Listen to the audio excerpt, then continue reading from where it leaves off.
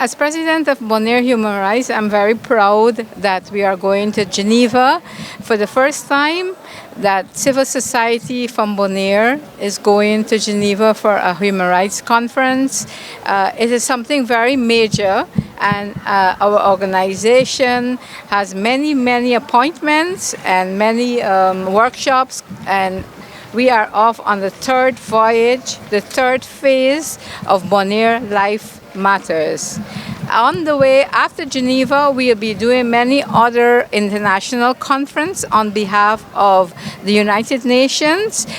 We are going to several parts of the continent and also the Caribbean.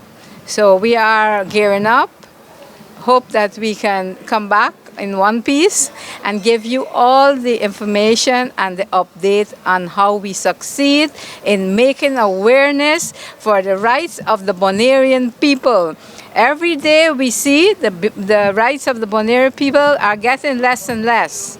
Politicians make promises, but no one are really actually supporting or helping the indigenous Bonairean.